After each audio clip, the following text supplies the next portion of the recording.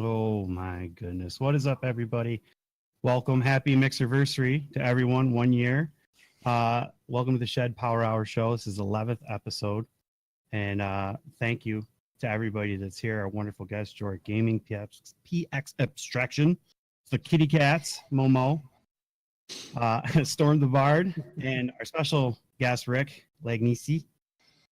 We're going to be talking about KingdomCome Deliverance tonight. Rick's been on the show before, so big welcome back. Not a problem, man. Thank you. We got to meet at PAX, and that was, he fell off the screen. Yeah, we got to meet at PAX, and he had quite the setup of the booth there. There was dudes walking around in armor and stuff. I don't know if you guys that were there got to see it. That was pretty cool. Mm-hmm. I think he fell, but we'll. You want me to talk? I'm sorry. I'm just waiting. I'm sorry. Is he there? Is he there? See him? Can you hear me? Yeah, I can hear you. The top of your head. You just see the top of your head. Oh shoot! I forgot this right camera. I've just been leaning down. I'm here. That's Rick, guys. Just in case you didn't know what he looks like, there he is. Dude, I was like this. I was like. That's a pretty top of your head you have there. That guy gets into it. He gets into it. Hey, you can't see me, so you know. You can't see me. The fans. All right, I'm good. Yeah, so we'll go into some we'll let everybody introduce himself. Rick, now that you've already taken the floor with that, you go ahead and start it off, who you are and all that goodness. Yeah, my face is all red too, if you can see it. I don't know the lighting, but So yeah, no, I guess I'll start again for those of you who don't know me. I'm Rick Lagnese, the U.S. Community Manager for WarhorseStudios. It's been going on for, over 2 years now. Well, they're home.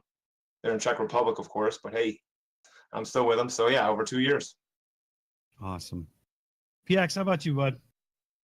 Hey guys, my name's Parallax Abstraction, and I'm a proud member of the Shed and proud member of Mixer Variety Streamer. So I'm on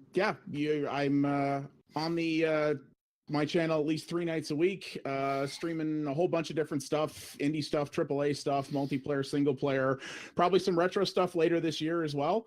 But yeah, I was actually a backer of KingdomCome Deliverance originally, way back in the day. And I've been, playing it off and on since it came out, and been loving the heck out of it. So I'm really excited to be here and chat with other enthusiasts about it. Awesome. Yeah. And you're probably like the variety streamers. I think everybody here is a variety streamer this evening. Nobody sticks to really one title or anything. That's the beauty. Storm the Bard, you're up, bro. Alrighty.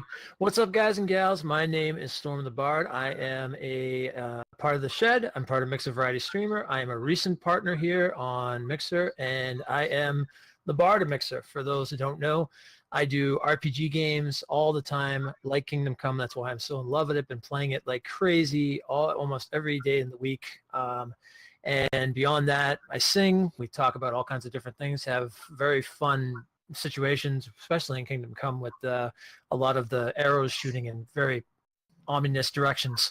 And beyond that, we are also home to the Golden Peanut. So there it is. That is beautiful. And last but not least, Jork Gaming, welcome. Thank you, sir. Thank you for having me. I'm really, really honored to be here. Hi, everybody. I'm Jork Gaming. I'm a full-time partner streamer here on Mixer. I've been a partner with Mixer. We just celebrated our year partnerversary. Our stream is mostly about building a refuge and a sanctuary for people to come in and feel comfortable talking about Star Wars, history. I got my bachelor's in classics with a focus on Roman history. So we do a lot of historical conversation. And when the Xbox mom introduced me to Rick, after she found out I was interested in KingdomCome, it's been really awesome to share that historical journey with the viewers, because history is what draws me to that game the most. It's definitely not my sword play. I'm probably the worst swordsman in the game on any platform. Oh, but I'll challenge you to that one. You're going to challenge me to that one? Okay. But it's great to be here, and I'm really looking forward to the conversation tonight. Excellent. Awesome. Yep. I'm glad to have you and everybody else on this panel. Me tonight. too. This should be a lot of fun. We got some. Everybody did, as Jork put it, homework. I gave everybody homework, and I said, "Why don't you guys come on? Give me some questions. You know, like what do you guys think will be great topics, so that way you're just as engaged instead of me doing all the questions, then you guys just kind of going along with it." So, Jork's bringing up the whole history thing and stuff like that. So we're gonna probably hit on a lot of that right off the bat. Good. Like the use of foreign language in video games as a teaching tool. And another question that went along with it too is the use of historical stuff to teach in games. You know, this is a topic. I saw those and I looked at it as like, now I watched Dora the Explorer with my kids, and I'm not learning a lot of Spanish watching it. I do pick up some. My take on that would be that there are people probably learning like actual history through this game and other things. But do you guys really feel that that's like some people are just like, you know, shoving it aside just to play and go through, or how do you feel about this? You want me to jump in first? Anybody can. No, I'm going to jump in first then. Oh, nope, that was me, Jorg. I see your mic going. Rick's I got it. love you guys. Seriously, I first off, I just thank you guys even for taking the time out to have me on here, and I'm so glad, Jorg, you jumped on in, bro. I'm so glad I met pretty much all you guys somewhere or another, you know? But anyways, let me slow it down because I know I talk fast. Let me slow it down. So, Use the Force, Luke. the thing that's so cool is that I mean, really, you can play it, and you don't have to honestly even respect the history of it at all. You don't have to care about it. You don't have to look at the codex. You can actually play it and have a really fun time. So, I mean, that is definitely true. You don't need to. But if you do take your time and you look in the codex, I mean, it talks about like pretty much like everywhere you go, it talks about the things that actually happened.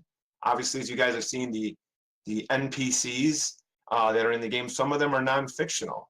And the truth be told, guys, is one of the classes I liked the least in school was history. And I think it's probably because all the work we had to do in history. I always had to write all these essays and all this stuff, and I just didn't pay attention in class. But this game, switching gears back to what you were saying, got me really into history, especially in that time in medieval Bohemia. So I started looking up so many different things in history, and even like I'm a very spiritual person, so I was looking all up about the Hussite Wars, if you guys have heard about that, or John Huss. He's one of my heroes, and so I just got to learn so much about the game, and the Civil War, the religious conflict, all this stuff that was going on, and so you can learn a lot about history from the game if you want to, absolutely. Yeah, that's something that I thought was interesting about it, is that it was they kind of made a big deal. I remember during the Kickstarter about how they said, this is a game that it looks like one of those big, almost Bethesda style open world RPGs, but it's a game that is based around the real world. There's no magic, there's no dragons, there's no orcs, there's no anything like that. It's based in a time period, involving as much historical events and accuracy as possible. And they were pitching that as, I remember during the Kickstarter, they were pitching that very much as a virtue of it. And I said, I thought personally that was really interesting to see a game that was more based in the real world like that. But it's interesting when you get into it, and it doesn't sort of force feed you the history. It doesn't go, well, if you don't have the deep understanding of this time period and the conflicts that happened in it, you're going to get lost and you're not going to know what's going on. It sort of weaves a bit of the time period into the story. And it's like, hey, if you want to learn a bit more about this, okay, but if not, here's your quest over here. And I kind of like that it bridges that divide, and sort of, like you said, it gives you the option if you're willing to dig in for it. And to what you guys have been saying too, I mean, we do, I usually always like to bring this up, but Joanna from our studio, she's a full-time historian that works on our team. I mean, full-time on our team, to make sure that we keep things in check. I think I've used that lame joke before, but get it, check. Keep it check. I like it.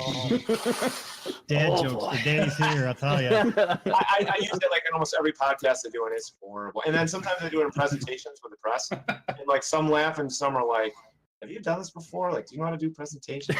It's just a joke, I swear. So, but yeah, no, it's awesome having a full-time historian on our team, and obviously, if you talk, you just have to listen or watch one interview from Dan Varvra, and there is definitely some pride in the history and where they live. I mean, but it shaped a lot of what happened in Europe. It's a big deal, and no one's ever attempted this before, but our studio. So.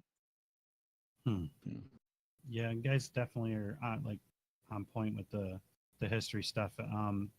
Storm or Jork, do you guys want to chime in on the viableness of teaching through a game?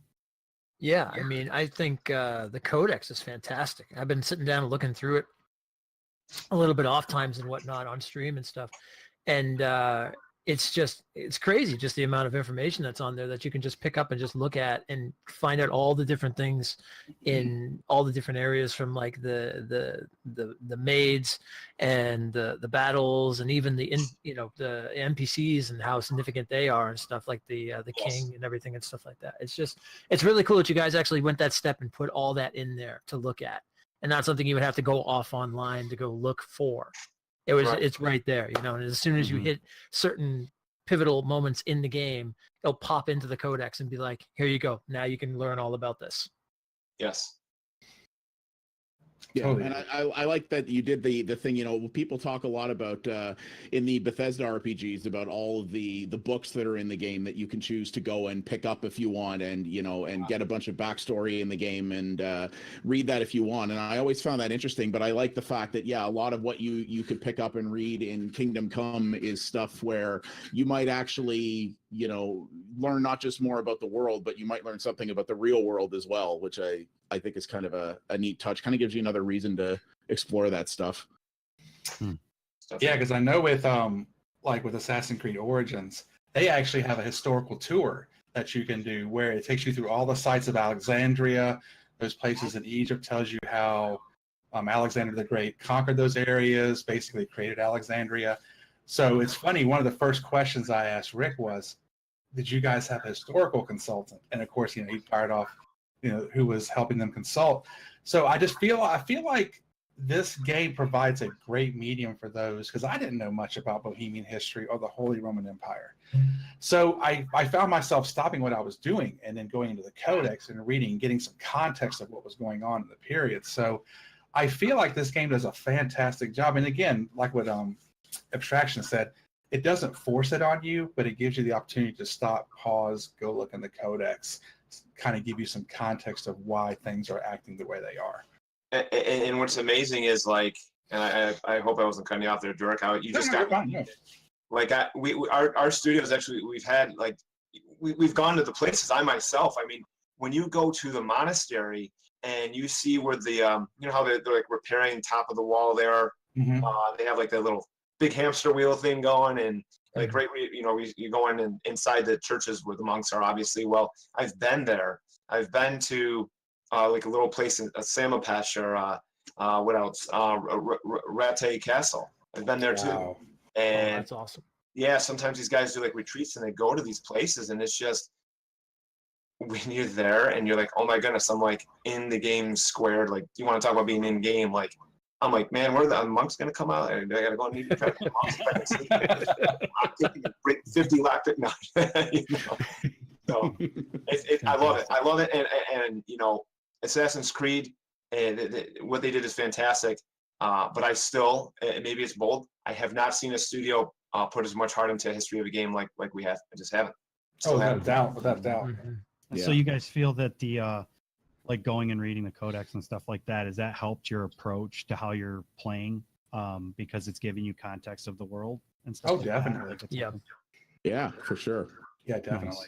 And it's interesting in a game like this, where one of the things I kind of like is the fact that, the game, when I play a game like Skyrim or, Fallout or something like that, I'll meet a lot of NPCs or other characters like that I'll have, lengthy conversations with and learn a lot about. And I find they're interesting. but at the same time, in a lot of those games, at least to me, they're somewhat forgettable. You know, I don't necessarily connect with them in a meaningful way, and I don't remember a lot about them well after the fact. But the thing I like about this game is that because it does have a couple of video gamey components, like, you know, it has fast travel, the ability to make your horse appear out of thin air, things like that. But for the most part, the game is much more based in sort of a reality. And, you know, it's very, I think, accurately portraying the fact that, yeah, you know, medieval Bohemia, kind of a crappy place to live in many cases. Life was not easy there. And I find with a lot of the NPCs that I dealt with, especially seeing like a lot of the refugees in Ratai and places like that, you know, I feel a little bit more of a connection to these people because the game really doesn't sugarcoat how difficult life is and how, you know, the struggles that a lot of these people go through. And you're, you know, I'm kind of like, wow, you know, I interact with these people and I feel a bit more of a connection to the characters in the game just because, you know, it feels like something like Skyrim or Fallout is a cool world, but it's also not a world you can relate to in the sense that it's not really, you know, it's not a realistic place. Whereas you're like, yeah, some of the stuff that I'm seeing in here could totally have happened, and this is the real life that these people are leading. Yeah. Has it become the like it's rough right now for most companies, right? And they release a game if it's unpolished and stuff that the communities are like extremely harsh and they go nuts. And you guys are really good about the game came out and there was like minor issues that just like got handled and then it was like all is forgotten. What was it like going through that and seeing it actually not get put to the fire like immediately? Well, you know, there's nothing to hide here. I'm going to be honest with you. It sucked. Because, you know, it has nothing to do with the fans. It's everything to do with us. And but at the same time, we're this is our first game, of course. And, you know, we definitely have some veterans. We do have a lot of, you know, some young blood there, but, you know, it sucks because we'd like to have zero bugs, you know, and I'm a fan of the game too. And I'm playing and I played tons of hours on PC and then, you know, I wanted to play on the Xbox because I want to play it with the fans. So I started, you know, when the game came out, just like the fans did. And you know, I didn't have, I'm just saying, because I played on a non-biased, like I didn't have a special super enhanced version. You know, I have the version everyone else did. I didn't have any game breaking bugs. But I did have some bugs and that were patched. And some of them are still not that. By the way, we do have a patch that will be released soon, patch 1.5. But I say it sucks because I really try and understand and relate with the fans. You know, there were some people that they had their saves wiped out and things like that. But we've been able to. I'm telling you right now, as it stands, the game has come so far, and you know, we've just tried to, you know, we've learned even with our communication, and we're going to keep it going, man. We're supporting Kingdom Come for a very long time, and you know, so I just will say this that, you know, I've always tried to understand where they're coming from because I'm one of them too. And we're working around the clock. The QA guys, you know, I talk to them through Skype all the time. We're always talking about how we can make the game better, the tweaks, the enhancements, the patches, and I really look forward to the next one. But even as it stands right now, man, it's come so far from where it's been, and we're just really thankful that everyone hung in there with us, and really appreciate everyone's support. Yeah, I definitely agree there. I mean, I was playing and streaming the game from pretty much 1.0 or the, you know, from day one basically, and I've been playing exclusively on the PC. But yeah, to see how far it's come and how often it's being updated and how substantial some of the updates are, like that's the thing I've found with a lot of PC players in particular, is that a game can ship in a bit of a rough state, but if the developer, you know, like you said, is talking to the community, has shown a commitment to working on it, and is showing results, they'll be, you know, they'll often be pretty forgiving and pretty understanding, especially when I think a lot of people knew that this was a relatively speaking small team making a freaking huge game. Yeah, that comes with a certain amount of growing pains for sure. But yeah, it is nice to see that, and it's nice to hear you say, like, you know, that you have another big patch coming that's going to address another pile of stuff. But it's yeah, it's definitely come a long way since it launched. No, there's no question. And what's interesting too is Oh, look at that. That dog's all ready to go. Probably sees my dog doesn't have bunnies outside, and he's like, he wants sorry. No, Enough puppies.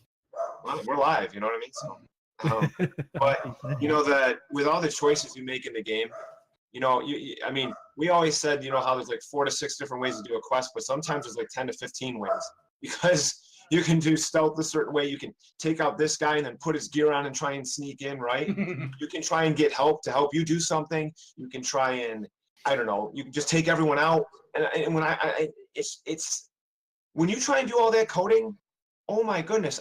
First off, like I said before in this one little interview thing I did, the only codes I know how to work with is cheat codes, like for Contra or something. Up, down, up. Install the Game Genie and go. I don't even know how to use the headset for what we're doing here. I'm having a hard time using my Skype. I don't even know how to use Discord. So there you go.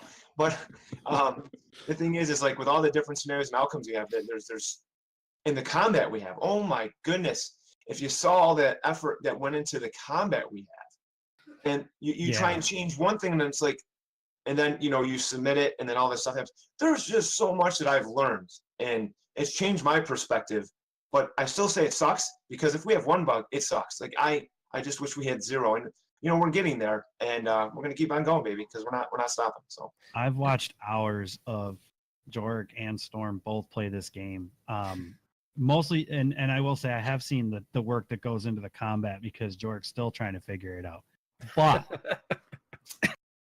No.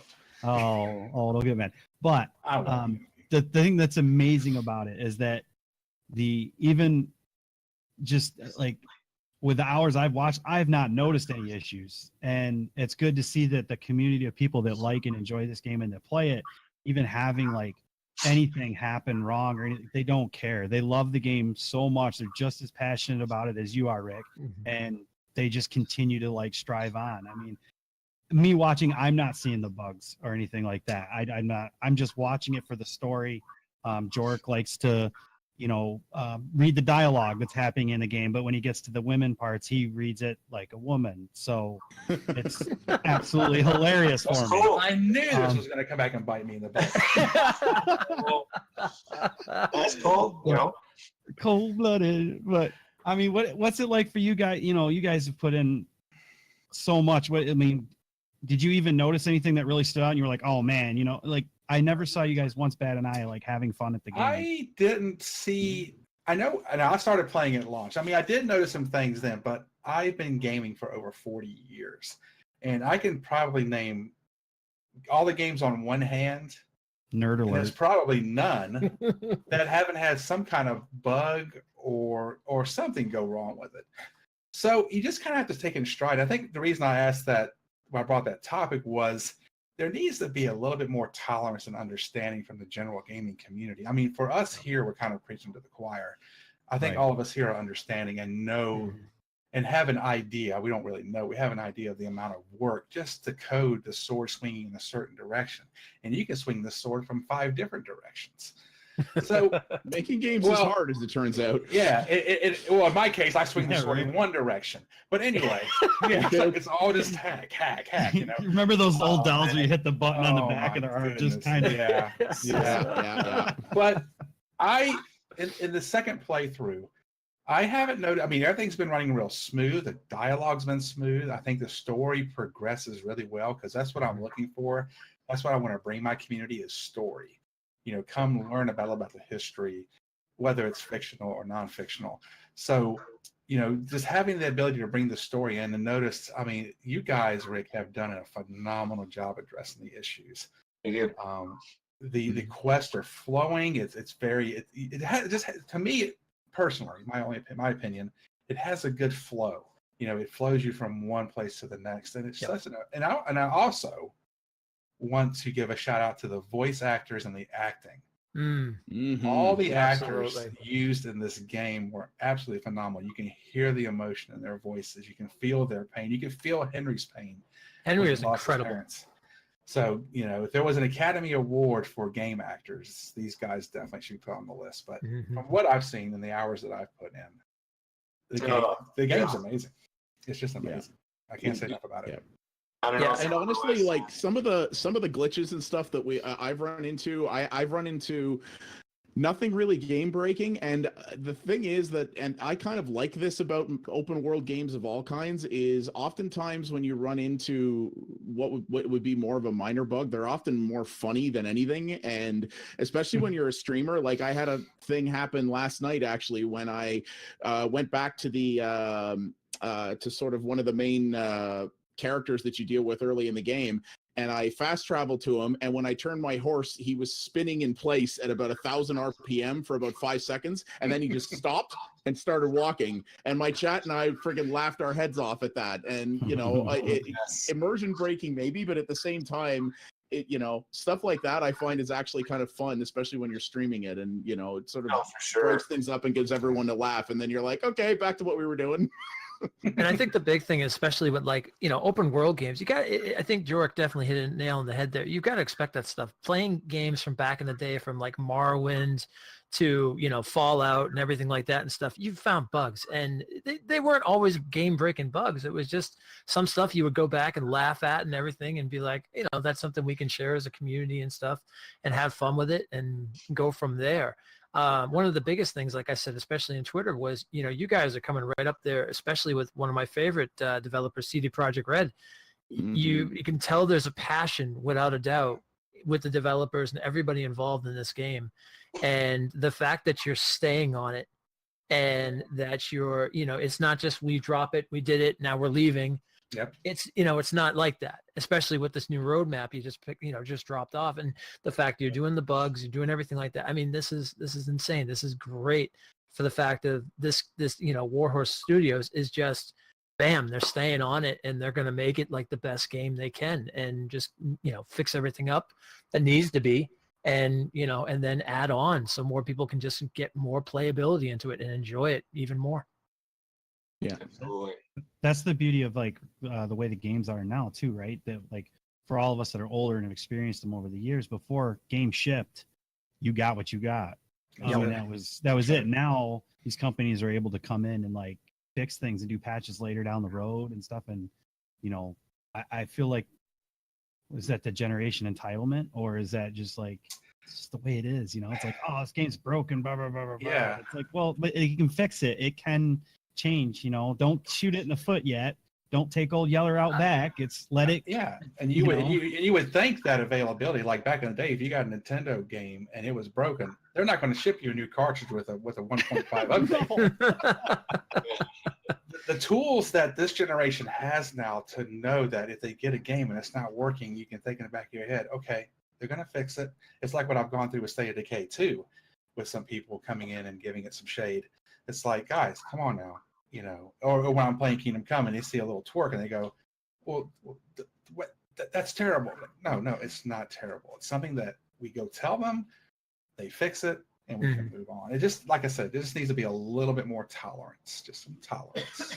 And I think that's a problem and I hate to say it, but in this day of age, there's definitely a wanting to complain just to complain. Mm-hmm. Like you look at, especially, you know, just to bring up a big example right now, the whole Battlefield thing with the, you know, with the woman on the cover and everyone going nuts over it and stuff like that. There's no reason to complain. There's absolutely no reason to complain about this stuff, but people want to be in the limelight and they want to complain, and this is what they do. They find these little things to nitpick, and it's like, we grew up with this stuff and there was no way to change it. You know, it's like, if there was a problem in the game, it wasn't getting fixed. There was a lot of times that game was done and that was the end of it. You had to deal with how it was. Now you can at least contact people. You can send in, you know, reports and things like that, and people are getting it fixed on the, you know. You know, and we live in an era now where it's never been easier to talk to a developer as closely as it's ever been. Like, you know, there are ways you can get your message to a developer in a way that they will see directly, where you know, back in the 80s when a lot of us were coming up on games, you had a problem with a game, you wrote a letter. Yeah. So, you know. I actually, if I can, want to add to this, but not like to try and harp on it, but just to add, it was just kind of funny. So, you know, because I look at Steam reviews. Again, I'm working with the community and PR stuff, but, you know, I check out the Steam reviews. I try to talk to some of them, whatever, and see what's going on. Or, you know, so if someone played it back in February and they reviewed it, I'm like, hey, check it out again. You know, we've come a long way. I want to know what you think about it. You know, we've definitely been working on, you know, some stuff, whatever. And I saw one review, it was over 600 hours, and don't recommend after over 600 hours of gameplay. Like, Wow. you got me. I don't know.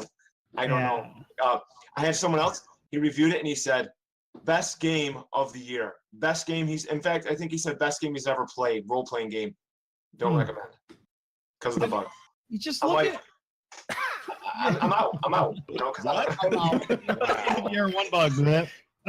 So, it's just that might be more of the whole, you know, the society thing, because it's easier to be negative. And I'm not trying to, believe me, I'm not trying to bash anyone. I'm just saying, like, you know, back in the 80s when I started as well and I had the Atari and I'm playing these games, it's hard for me to complain about most games out now, especially those that are really communicating, just because I used to play games that, you know, you do like two different things and that was the whole game. And now we can do all this stuff. Yep. Yeah. And then it's like, I can't even keep up. I'll never be able to catch up with my backlog because there's too many good games. I used to have to wait 1 year for a good game. Oh yeah, definitely. Now you get a couple good games every month. Yeah. You know, and like it almost goes along with like what I'm a chef and my profession. You know, you go out to eat, and if you have a good experience versus a bad experience, you know, you have a good experience, you tell 3 people. If you have a bad experience, you tell 7 to 10. That's like natural, like the way it works. So, and I assume, you know what happens when you assume things, guys. But I'm going to assume that. No, I don't. What I happened? feel like it applies to even the gaming world in general as well. So, but I mean, you look at the graphics of this game and stuff. They're just, that's the one thing that's why I enjoy it. I don't play the game. I sit and watch. I watch streamers play it, and because it's just engaging for me to be able to watch them experience it and do the story, and I can sit back and eat because I like to eat. So, and but the game is gorgeous. Like you can sit back and just watch like this game. It looks like everything about it is so pretty and it feels so real for me. Like I'm a country boy, and everything looks like it's been, you know, like almost like I've been there. Like the woods and everything looks so real. So there was a question asked, was about the historian. Was there an art historian or like a medieval art expert involved in this as well? Oh, we had guys, yeah, they were digital hand painters, sculptors, painters. I mean, we had it all. We had the works, and wow. I mean, I say that, I mean, obviously with a smaller team, but what we had, you know, we had someone to try and focus on this, focus on that, and that immersion. You know, the immersion in our game is just bar none. I mean, and again, I'm saying that as a fan too, trying to not be biased. Just when you go into these churches and you see the paintings, you know, they're digitally hand painted. It's not just like some random algorithm. Wow. The trees, the vegetation, that's from the Czech Republic. I've had someone from Czech Republic notice, you know, one time she said, "Oh my goodness, those are my trees." You know, like it's just amazing, you know, and like there's a lot of blood, sweat, and tears in that. So again, we're okay if people don't notice that, but it is kind of cool for those that do, because it's huge. It's a huge part of the game. Let's be honest here. The immersion is huge. Mm-hmm. That word immersion, that's what all it is. That's exactly encompasses the whole game. Mm-hmm. Yeah, and I think the biggest thing, like, it just kind of going back even with the storyline, it's like taking on Henry not being some Dovahkiin or some gigantic hero and stuff, making the idea that, you know, he is just the son of a blacksmith. He didn't even really know the world that much. And then all this escalates and everything starts. It's like you really get to feel that with him. And it's that immersion being with Henry and watching him rise up. And, you know, depending on how you do the storyline and stuff like that, seeing him become what, you know, what he does with the, you know, with the lords and everything like that and stuff. It's just amazing being just this young son of a blacksmith who's not the hero. He's not like, you know, walking around and slaying dragons in the first like 10 minutes of the game or anything like that. It's just like you really get to I think it picks it up more. It really got me, because I was like, I can really get into this. I really feel this. Yeah, I mean, I'm sorry, I'll just say real quick, because I love watching, like, I'll jump in random streams when I can, especially in the beginning. I was jumping in, and then if people notice I was a community manager, I'd only stay for a couple minutes after that, because I didn't want them to feel like they couldn't criticize anything either. I didn't want to make it awkward. So I'm like, hey, man, you guys, you're awesome, doing great. Oh, wait, Rick? Oh, bye. Have a good time. Enjoy. You know, like, but what I noticed is with our game, if you try and rush through the tutorials, or when someone wants to teach you something, or with training with Captain Bernard, and you're on your stream, and I'm just saying, you're like, oh, well, you know what? Let's go over here, man. Let's show something cool, because that's cool with training, but let's actually go and get into it. Let's just screw it. Let's go into the woods. And then all of a sudden you're fighting. I'm like, dude, I couldn't even hit this guy once, right? Because you're not actually doing the training. We try and give you the immersion. Like, Henry's a bum. He knows nothing. He doesn't know how to do the blacksmithing, even though he's son of a blacksmith. He has to learn everything. So if you go and you lockpick, I know, yes, we passed it. Yes. But when you actually do the things and train, let me tell you something. There's no grinding when you actually do the training. And like the training isn't necessarily a grind either, because you're learning all the moves and stuff. So if you play all the way through it, you'll actually just naturally level up in what you desire to do. And then I don't know if some of you guys have completed it, but for those who haven't, or if I like to still fight a lot. It was actually, Henry was like Super Hulk at the end. You can take 5, 6, 7 guys, you know. And I was like, slow motion, she's like dead. Another guy, he is the one. Yeah. So, you know, but if you try and skip that because you don't want to train, that's fine. Just expect way more of a challenge. And if you're a glutton for punishment, because I am too, I love the Dark Souls series and things like that. That's fine. But you know, Henry doesn't know anything. You gotta learn. Yeah. Just saying. And that is what I really like, is the fact that, I mean, Storm kind of touched on this a little bit, but it's not just the fact that this world is not a fantasy world that has, like, you know, dragons and magic in it. It's also like, yeah, you are not the guy who's going to save the world and make, you know, and save humanity from everything. You're just a dude at the end of the day, you know, and it's his story, which is a rather epic one. But at the end of the day, the world is still going to be what it is when you're done, when your story is over. And I kind of like that. Absolutely. The learning system also was absolutely incredible. I have to just say real quick, that learning system from starting out from, like, especially when you had a bow, and the first time you're like all over the place with your arms, you're like, I can't even fire this thing. And then the more you do it, like, you're getting better at holding it, you're getting better at aiming it. It's incredible, the learning system in this game. I love the way that works. Yeah, that you have to learn by doing. You can't just, you know, you're not starting out a game and saying, I'm going to put this many points in this and this many in this and this many in this. It's like, no, you want to get better at stealth, you got to sneak around a lot, and you will get better at it, and you'll see that progression. And to me, that's really satisfying, to be like, yeah, I did this a whole bunch and I got better at it, and now I can do it, and you can see the fruits of that effort. Yeah, I mean, as gamers, that's what we're not used to. With a lot of games, we're used to playing the hero, the Dovahkiin, the assassin that can take on 10 people. So I think what Warhorse does so well is it takes you out of that element. And I think that's what's so unsettling about the game, because your brain, your gamer brain, is trained into thinking, okay, I'm going to be able to pull off this 10 sword move and take out 5 guys and twirl it in my fingers and throw it back in my sheath and I'm good to go. You can't do that in this game. And even for me, as personally, that's what's really been the neat thing and the frustrating thing at the same time, is that he's a complete noob when it comes to swordplay, to shooting a bow. And it has been really cool. Like, I've gotten really good with a bow now. I'm still sword. But anyway, it's awesome. If I can be honest too, I'm not gonna lie, man. I love it when if I'm watching someone and they're a really good gamer, and then they play this game and they get the crap kicked out of them because they refuse to train. I think it's great. I love them being humiliated. I'm like, bro, hey, Captain Bernard, you know, he's kind of a pretty tough dude, and you might want to train with him. Dude, I got this. You know, I'm like, okay, you know, you don't. I'm esports, man. Not in this game, you're not. Do you feel that grinding a weapon to advance through the storyline, should the player have a choice of doing that or not? Yeah, and that's the thing. You know, when I saw that question, that was one of those I wanted to smack whoever came up with that one, because I'm like, Grinding that question. What? No, because you know, there's a couple of the games I'm not a big fan of, like, grinding and doing like the same thing over and over again.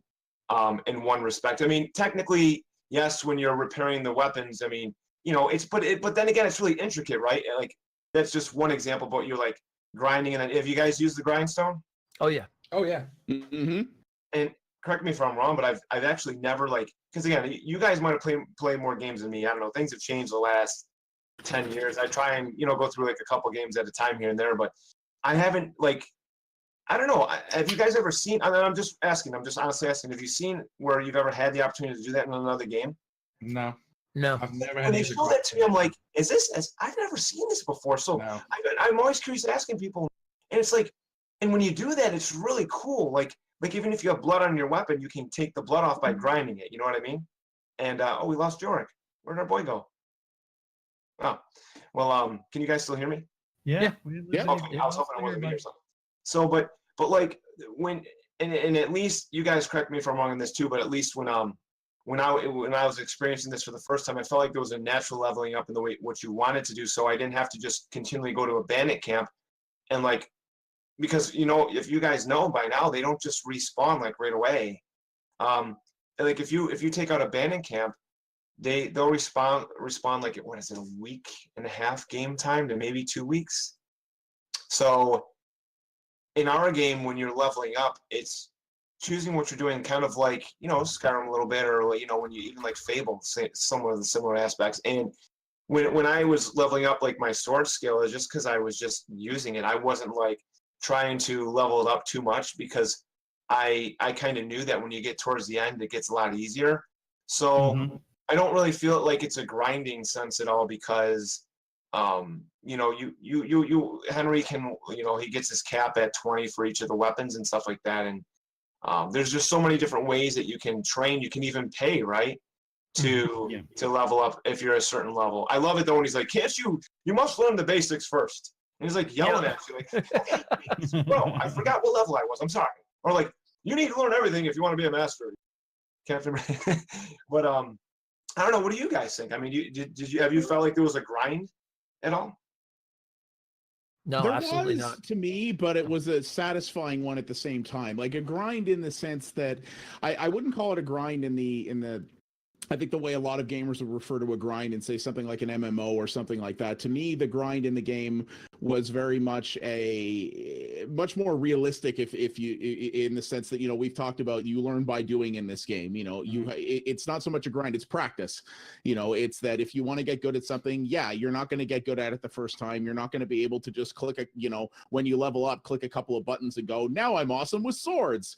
And you know, you've got to actually practice at it, and through doing that, you'll feel yourself getting literally better at it, as opposed to just seeing a number go up. And I've told this to people too, because I've had a lot of people who've come into my stream before and said, this game looks really cool, it interests me, but I've heard that it's, you know, kind of it's kind of hardcore, and it's kind of you know, it's rather punishing. And they're like, you know, and some people who said, you know, I'm a big fan of Skyrim or the Bethesda RPGs, and they're like, you know, what do you think I'd like this? And I said, it depends. I said, you know, but and I said, this game is going to make you work for what you achieve in it. But I said, to me, as someone who does like the Bethesda RPGs as well, and has put a hajillion hours into all of those, and also is a huge fan of games like The Witcher and things like that, I said, you know, this game will make you work for it, but what you earn will feel that much more satisfying in the end.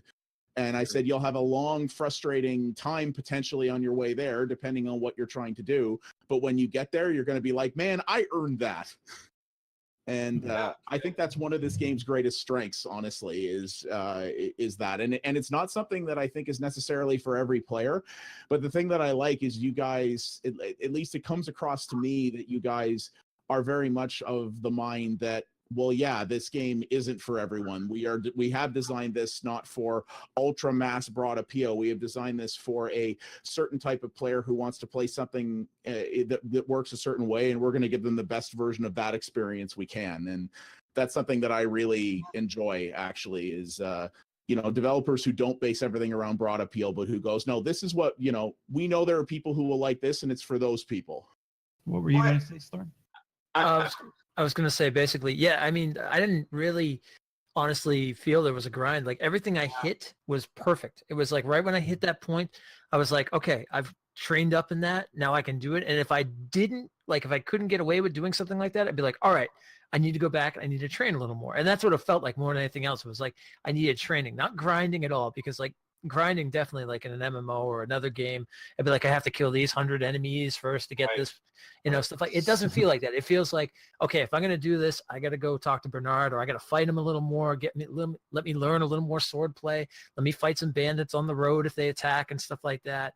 You know, anything like that felt like it was not grinding, but it was training myself to better prepare for whatever might be coming next. And that Yeah, absolutely. personally felt amazing. And you know what else too is you know, to be truthful though, like we, you know, when we were making this game, it wasn't like we were like, okay, we're gonna target like a audience, because hardcore is about perspective, right? Like for me, I do play Kingdom Come Deliverance like I'm a quote unquote hardcore gamer, where I'll make it as hard for me as possible. But as we just talked about earlier, you don't need to fight if you don't want to. You can even have, if there's even a big battle or what scene or whatever, if you really want to, you can kind of just watch it. Not that it's necessarily going to be a simulator, because if you're not helping, then it could be tough at times, right? Because sometimes you can kind of lose if most of your guys are getting their butts kicked. But you know, I think that what's really interesting is that because you can play it the way you want. I actually knew people that they were so excited about a game that was so different, they actually bought the game because they really wanted just the story's sake. So they actually enjoyed that. They felt like they were watching a longer movie in a way.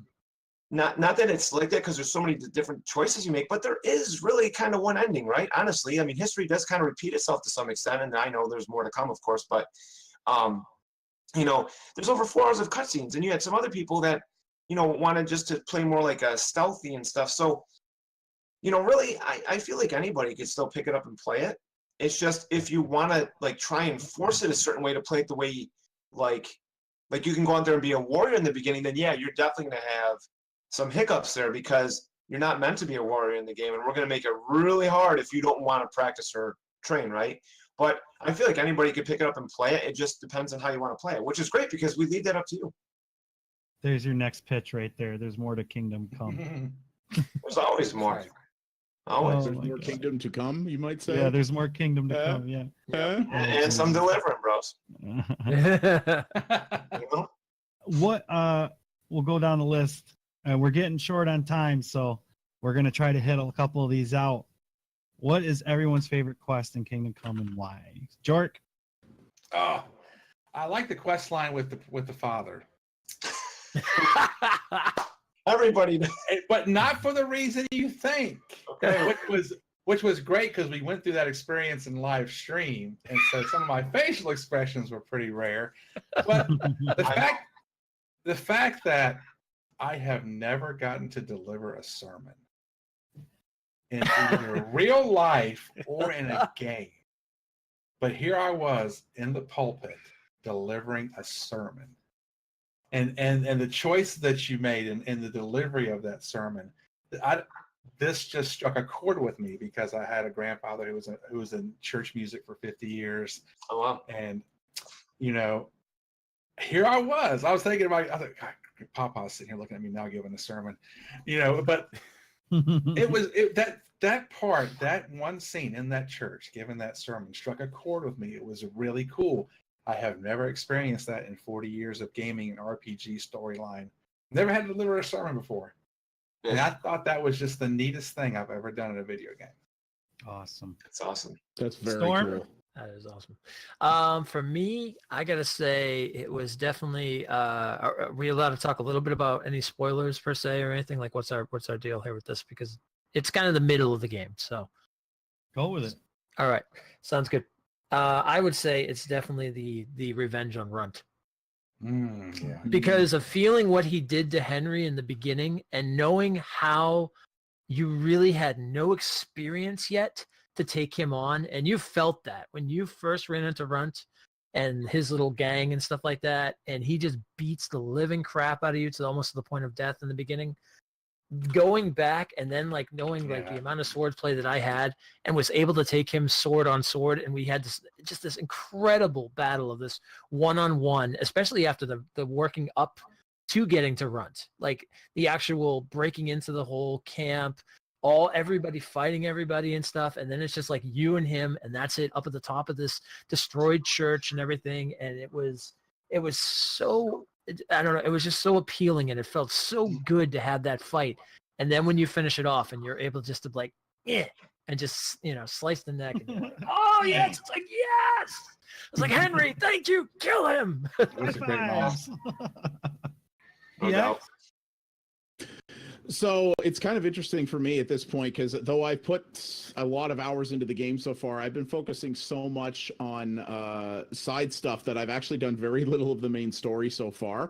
But at this point, one of the things that I did find rather interesting early on, especially not just from a quest perspective, but from the way it conveyed about the kind of world you were living in, is there's a quest, it's very early on in the game, where you're doing, for lack of a better term, a murder investigation. You're riding out with a team of soldiers from Ratai and heading towards, you go towards this farm where there was a sort of a massacre that went on, and you find out a little bit about what happened, but you're given various investigative sort of tasks to go out and do. You have to go out and talk to people. You have to go out and search for evidence. You have to go and get answers and try to piece this thing together a little bit and try to give them, some kind of idea of what happened, and also try to give those involved, a little bit of closure or satisfaction as to what happened.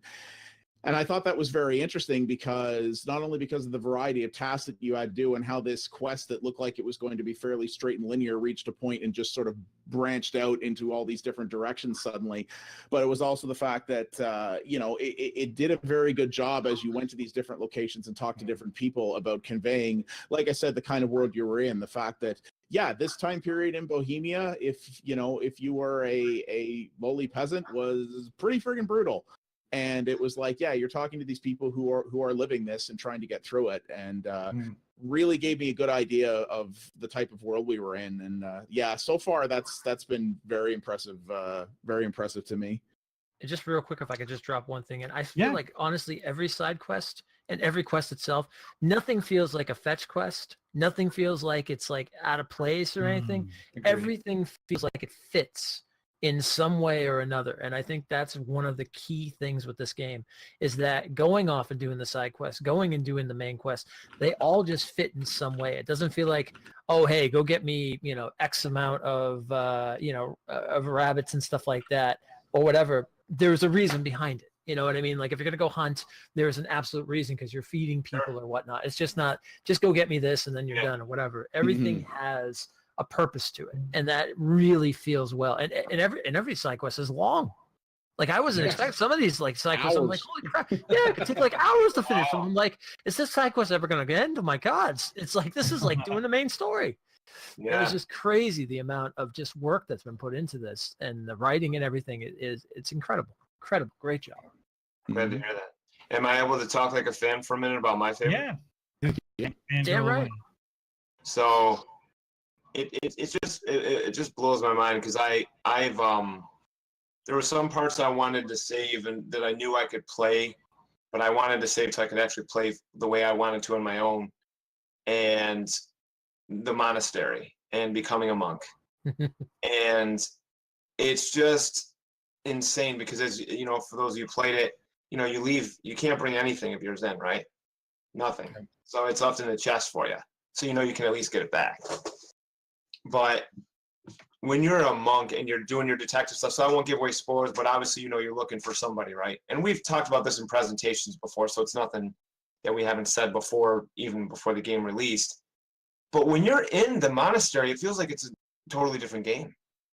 I mean, you're not like fighting, well, you're not, if you're trying to not ruin the whole thing and get kicked out, you're not fighting. I mean, not that you have to fight anyway, but you know what I'm saying. How many of you guys have actually done it real quick, so then you can kind of know what I'm talking about? I know exactly what you're talking about. Yeah, it's like you basically take on the old idea of being a monk. So I was actually doing that for about 10 hours. I was doing all sorts of crazy stuff on my own. I was sneaking out at night. I was grabbing some of the stuff in my chest. I was like, and I didn't even really know.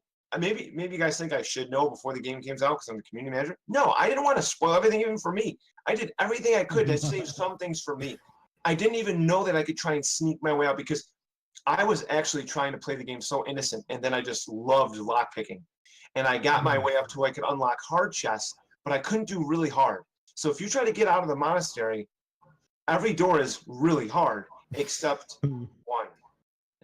So if you haven't got out of that way that I'm talking about, and then you break through and you're like, oh, I got some stuff in my chest, do a little bit of this, a little bit of that, and then these guys are sleeping at night, like I even went in the monastery before you had to do the mission, and I was walking around while they were sleeping, and I'm like, oh, this is sick.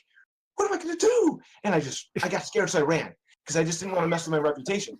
But like being in there and like eating with them, I'm just because I'm talking like I'm a fan, and then just like but eating with those guys and then doing the work, and then I was running late, and then that one guy like John he like kept on punishing me or like trying to punish me, and because I wouldn't show up on time to do my your thing, whatever it is, like help the guy with alchemy, right, or do this or that, and. Then I come out of the monastery. I'm like, oh my goodness! I almost not that I forgot what Kingdom Come was about, but it's like a whole new, different game again in a way. Yep.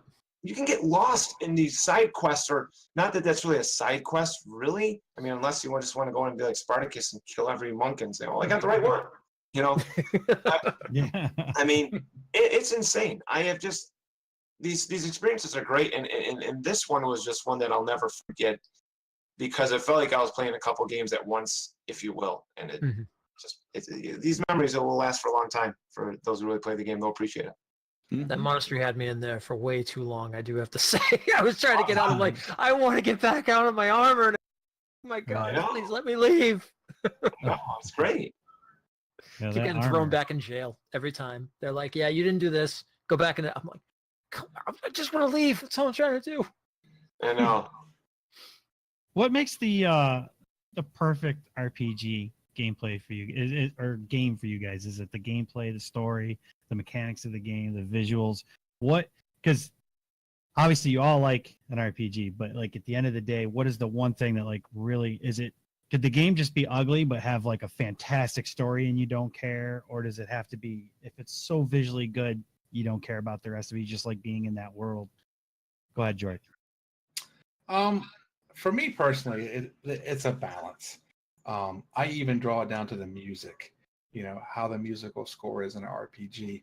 And it's not an RPG, but Star Wars: The Old Republic, the MMO, has one of the best soundtracks I've ever heard in a game. When you're a Jedi or a trooper and you land on Coruscant for the first time and you walk up to the Senate building and you hear that majestic music playing in the background. I feel like music is so underrated when it comes to an RPG because it helps set the mood, emotionally. But I think a good balance, just good writing. It doesn't have to be like fantastic writing. It just has to make sense and flow. Graphics doesn't have to be like computer smoking graphics for me. Just eye pleasing, But for me, the music, and again, I'll blame this on my granddad, but if the music score is dead on, and I love the music in KingdomCome as well, because it captures that emotion in a lot of places, and it captures that era of music. But yeah, I mean, it just for me, it's a balance. It's a balance of all those. Storm? I would say for me, it's definitely mechanics and gameplay. Because there's plenty of times I've played different types of art styles when it comes to RPGs and stuff, like going back from days of like Apotheon to Shining Force to Baldur's Gate. There's so many different looks, like Kingdom Come, and there's so many different looks. And for me, though, it's definitely going to be the mechanics and the gameplay that really like just kicks it off for me. Like the way that you can do certain things, the way you can handle certain stuff, the inventory management, stuff like that. And then of course, story is always going to trump after it. So it's like all that, and then put in a good story, and then I've got the perfect RPG in front of me. So nice. What do you think, PX? Yeah, for me, I've always called myself mechanics and world-focused gamer. So yeah, interesting mechanics and gameplay is very important to me. You know, a game can have an incredible story, but to me, if it's not a good game first, then it's not necessarily going to resonate with me. But I also really like incredible worlds to get lost in, and it doesn't necessarily have to be a world that's, you know, state of the art, stunning looking. Like one of my favorite RPGs is Baldur's Gate 2, and you know, even to this day. And you know, there are plenty of games coming out now, like a lot of the new Obsidian stuff that is not, you know, that is top down. It's very much not state of the art looking, but it doesn't have to be, because it's written well enough and it's presented in such a way where you're like, yeah, this, you know, I can imagine myself being there, and I can imagine, you know, what this experience is like there. And yeah, for me, I mean, stories, obviously, in some games, there's a lot of game genres where I can be like, if this game plays good and has an interesting world, I don't really care about the story. But RPGs are obviously a little different from that. But yeah, for me with Kingdom Come, that's the biggest thing, is the story and the writing is good, but the world that story wraps itself in is what I find very interesting. You know, I can walk around and this is what I loved about The Witcher 3 as well, is you can just walk around and you're going to bump into stuff and you're going to find interesting things and you're going to constantly get distracted, and all of those things sort of provide flavor to the world that you're in. Yeah, those two things really land it for me. Nice. Yeah. Do you have a particular say on those, Rick? Like which ones does it for you?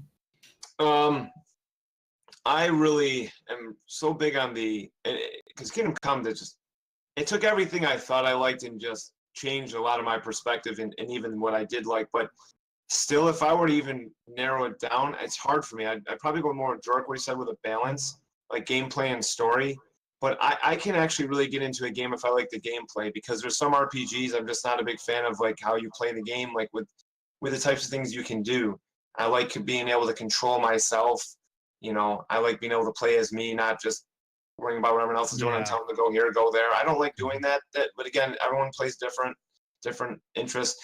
I don't need to have and again, obviously Kingdom Come, it's an amazing looking game. But even if it wasn't, gameplay trumps everything to me, because, and again, this is just me, and it's because I can play, like I was just playing on Xbox Game Pass. I was playing Ghouls, like a game like Ghouls and Goblins or whatever, but it's not Ghouls and Goblins. It's another one. It's a different offshoot version of that. Do you guys know what I'm talking about? On Xbox, it's side scrolling. It's like Ghouls and Goblins. You're Absolutely. I love that game, and it doesn't look good. It sounds, you know. But it's like, it's a lot of fun. And to me, the fun factor trumps all. But it's hard for me to say all these things because Kingdom Come has amazing music. The gameplay is great. The story is amazing.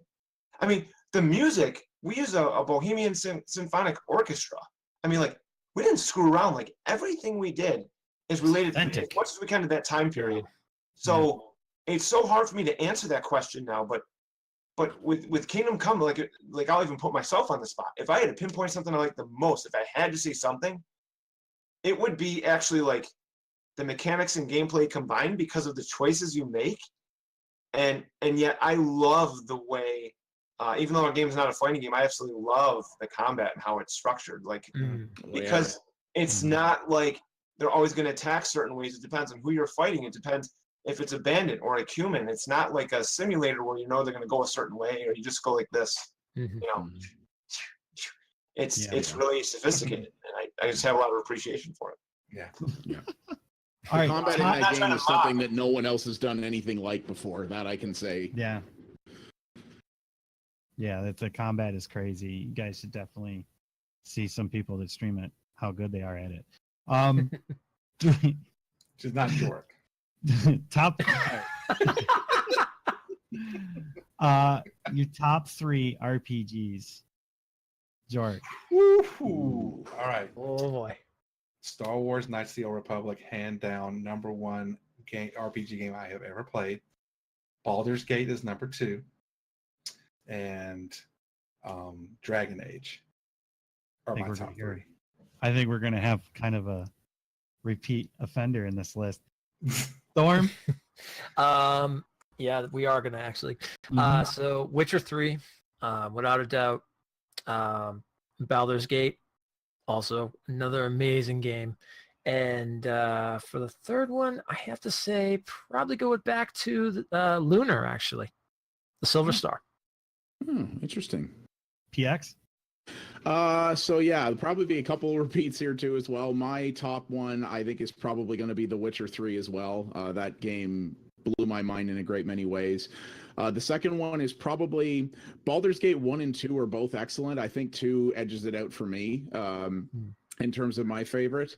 And yeah, my third one would probably be, I like all the Fallout games, but I would actually say probably the original Fallout when I played that at the time. You know, speaking of hardcore RPGs, just nothing else had tried to present itself in the crazy way that world was built. And yeah, it's something I still remember to this day. I'm going to have to say for myself, Baldur's Gate 2 was huge for me on, I think it was on PS2, right? I played that on. I think so. Yeah. And one that's kind of like lost and forgotten amongst a lot of people. A lot of people didn't actually get to play it because it was before their time. Blood Omen, Legacy of Kain. Oh, yes. Oh, man. I never That got was- to play that. I need to someday. Fantastic. It was game. kind of one of my first like ones. Zelda's really not an RPG in this. It is and it isn't. It's because of the way it's set up. But Zelda: Link to the Past would probably be my third one I spent the most time on. But Blood Omen Legacy of Kain had to be my first, like, it was just so primitive and raw, and it was such a good game. And obviously it went on to become a huge series for everybody. You know, they got to play a ton of games. So a lot of people know the games after the fact, but the original was called Blood Omen Legacy of Kain, and that of the Kain series that came out on PlayStations. So if anybody has access to hitting that up or even getting it, it's well worth the pickup on that game for an old school retro play. It's crazy. Hey, Victus! Oh, wow. Yes, sucking blood off of people from across the screen. It's so broken, but it's funny. What's it like for you as a community manager to talk? Oh, wait, to can I people? give my 3? Oh, yes. I mean, I'm on the podcast too, aren't I? Yeah. Guys, I'm a gamer. Don't treat me like I'm a community manager. I'm a gamer. All right? So I'm going to give you guys 3 that we haven't been mentioned. And part of this is because I didn't get into role-playing games until later on. Just honestly, I was mostly like really into Ghost Recon. I played hours, Far Cry, all the old Far Cries, and more, whatever, blah, blah, blah. But Dark Souls, probably the first one, is my favorite role-playing game of all time. I barely play a game twice. I played that twice with no problem.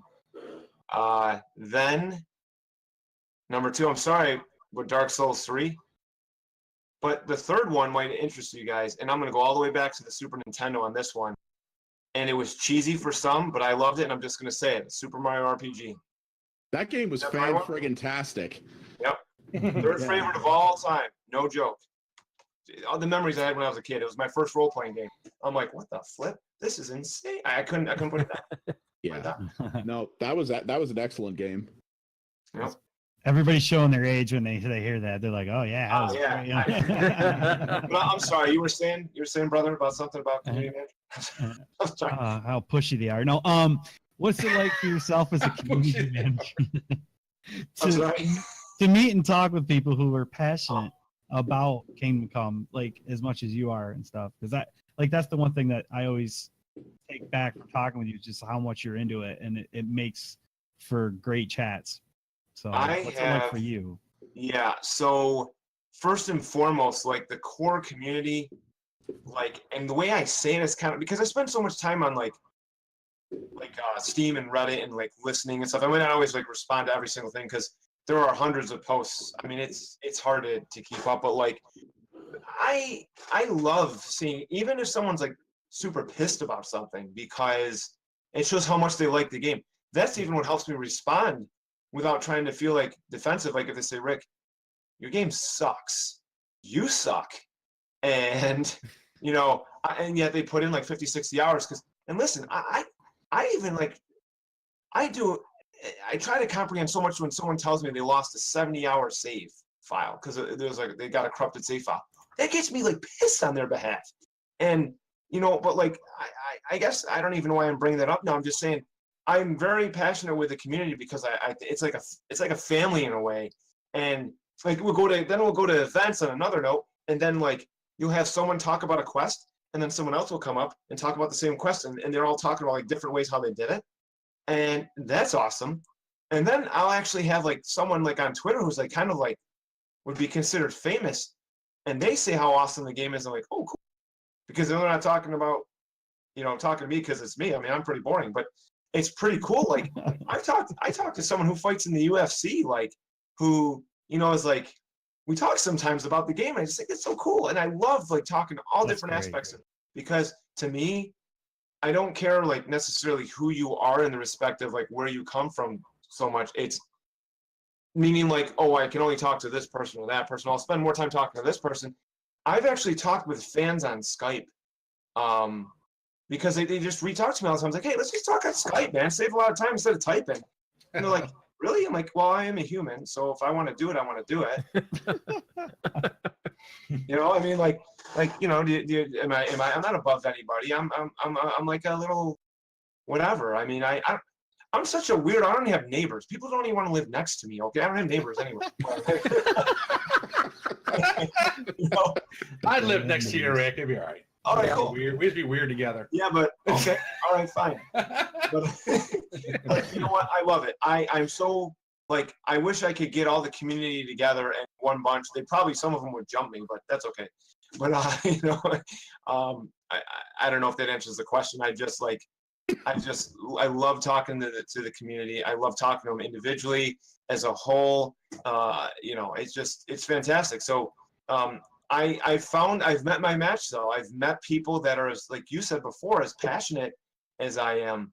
And when I see that, I'm like, geez Louise, I didn't know that was possible. And then it's like, oh, how many hours have you put in, Rick? I'm like, I put in a couple 100 hours, but when someone says 600 hours, I'm like, what the flip?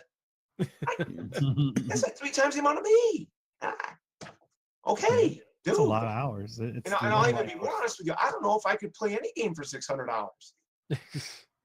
Yeah. I can't. That was awesome. I mean, so I love it. Yeah. Even if they're mad, because I know they're that much more passionate about it. So just give it to me. I've actually had some people, like I said, on Skype, they vented about some stuff. So. Yeah. And I think that's honestly, I think that's a really awesome attitude to have. And I think that kind of engagement is is what makes a developer stand out. And it's what makes, it's what makes Kingdom Come and Warhorse indeed stand out in the community, and what has people still talking about the game to this day, even though, a lot of games come and go in the matter of 2 weeks, in this industry. But, this game is still around a lot. And I think it's because people feel that the developer is listening, that the developer actually cares, what fans think, and that they see them as valuable to the process. And I think that's very good attitude to have. Try.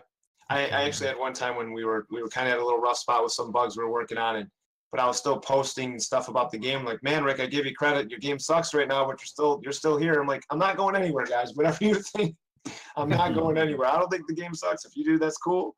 There's a lot of people that like it, but I'm not going anywhere. I'm not going into hiding. If all of a sudden something, with like the patch 1.5, which, like blew off half the game, where, like something, I'll just say something crazy, like 50% of the game was unplayable, which obviously is not going to happen. I'd still be showing up because I love the company. I love what we do, and I'm part of them too. Like, I will actually bring up ideas. I'm like, guys, this is what the community is saying, and this is kind of what I like too. Can we do this? And like, I talk like I'm a fan of them. So I'm like, oh my goodness, it would be cool if we tried, guys, can we do this? Yeah, I'll bring it up to them. Cool, do that, because I would like to see it happen.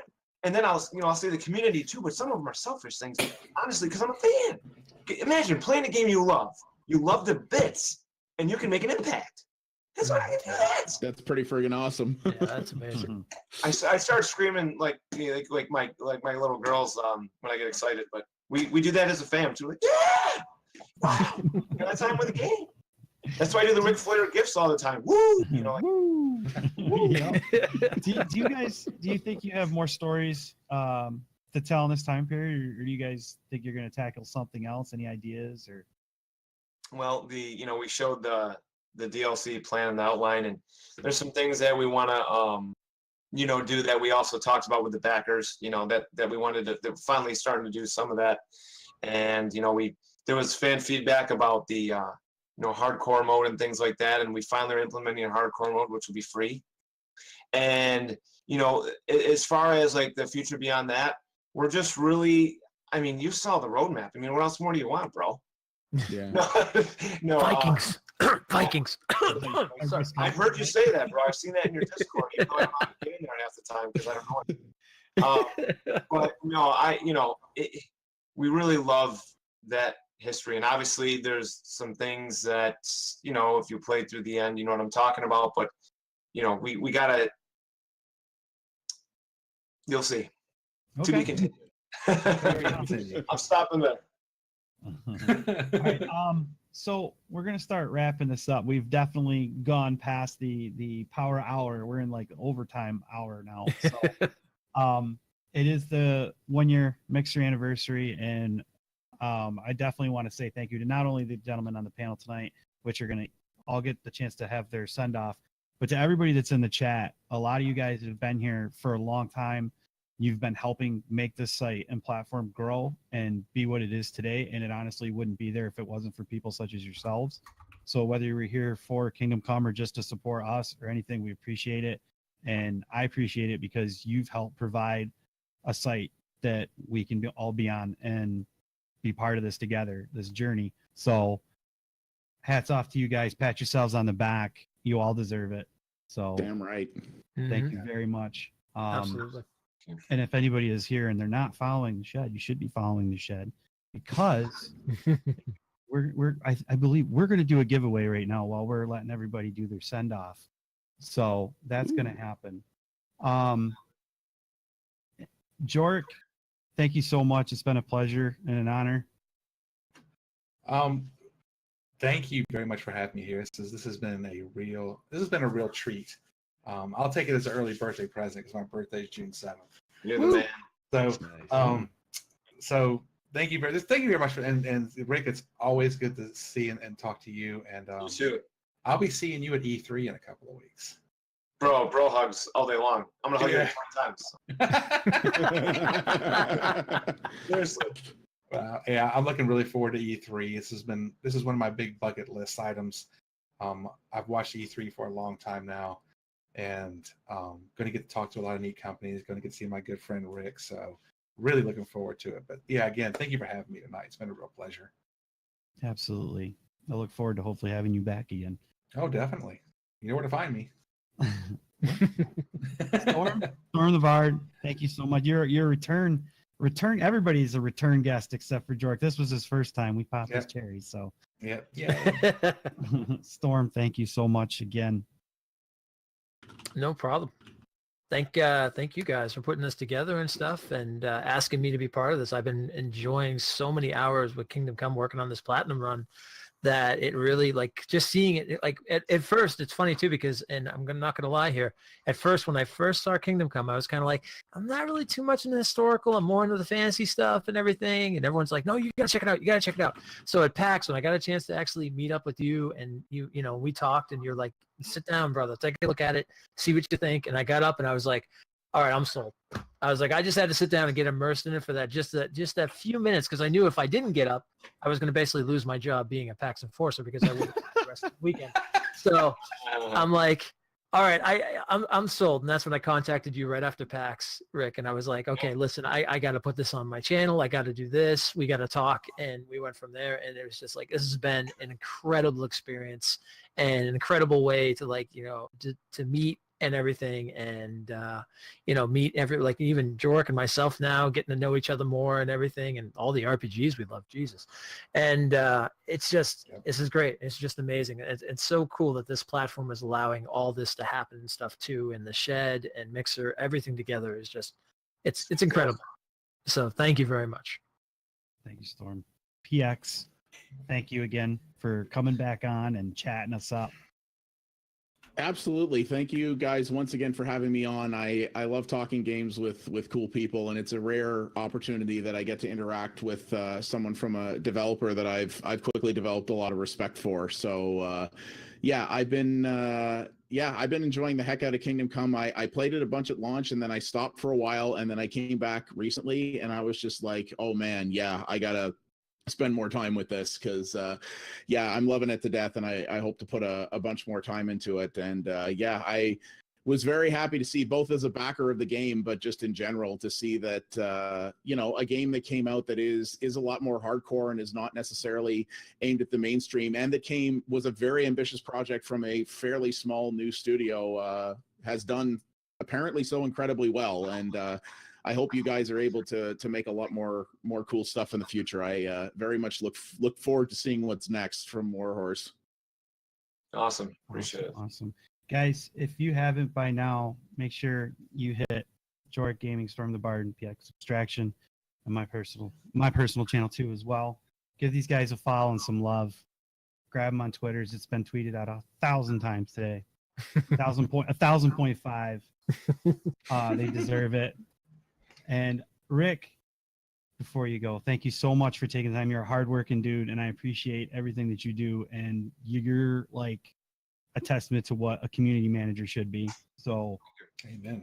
Yeah, you set the bar high. Your game sets the bar high for RPGs, and you set the bar high for what you do. And we can't thank you enough for taking the time to come back and actually do the show again with us. Yeah, I mean, I really appreciate it. I mean, I'm glad I've gotten to meet pretty much almost everyone in here, right? I mean, almost. PX, I haven't met you yet, though, right?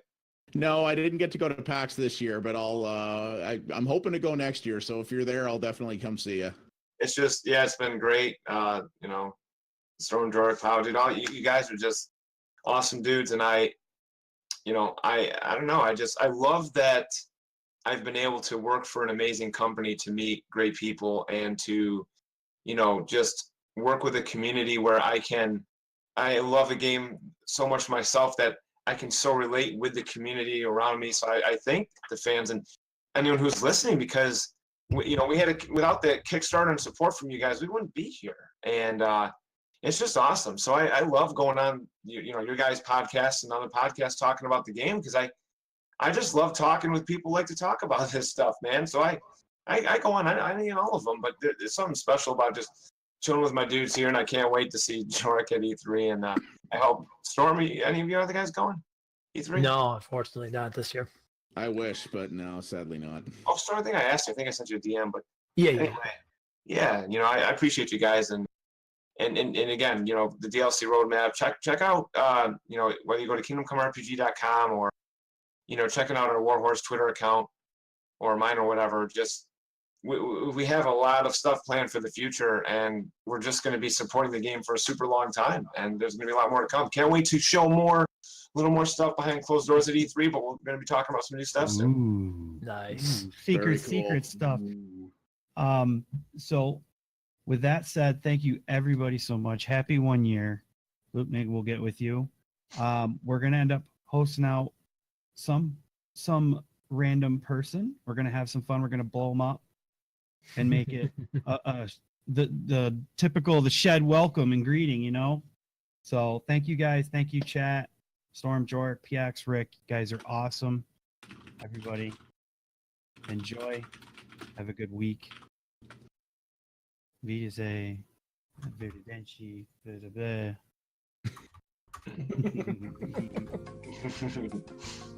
Salud.